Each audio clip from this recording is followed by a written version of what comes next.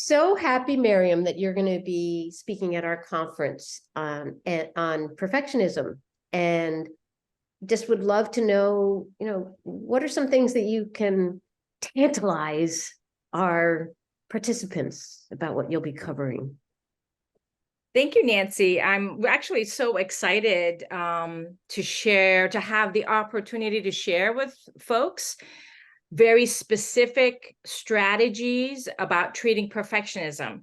So what I'm going to do is really hone in on the lesser recognized symptoms of perfectionism, namely like avoidance behaviors, procrastination, avoidance, difficulty making decisions, and even self-sabotage. I'm so excited to have the opportunity to come back and share more details about how to treat perfectionism, because it's just so important. When we hear that now 30% of students are identified as perfectionists, and that number is increasing, it becomes really important. If you don't see perfectionists yet in your offices, you definitely will be. And some of the symptoms that they're dealing with, which we might not associate traditionally with perfectionism, which is avoidance behaviors, stuck behaviors, procrastination, self-sabotage, they're all on the rise as well.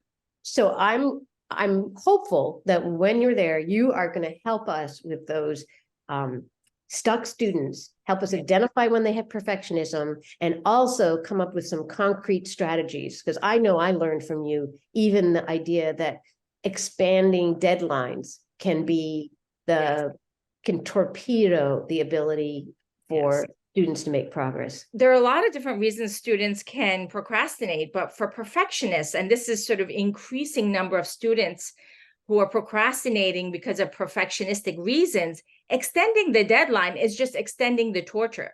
So basically, if they're avoiding a task because their expectation of what the task is supposed to look like or be like is unrealistic, the deadline usually gives them permission to reduce that expectation. So that brilliant paper or really great project gets to change for them as they get closer to the deadline, to say, let me just put some things on paper, or let me just— Good enough. Yeah, good enough. But when you take away the deadline or you give an extension, you allow the expectation to come right back up, which makes it, and even make it worse, because it's like, oh, now that I have extra time, it needs to be even better.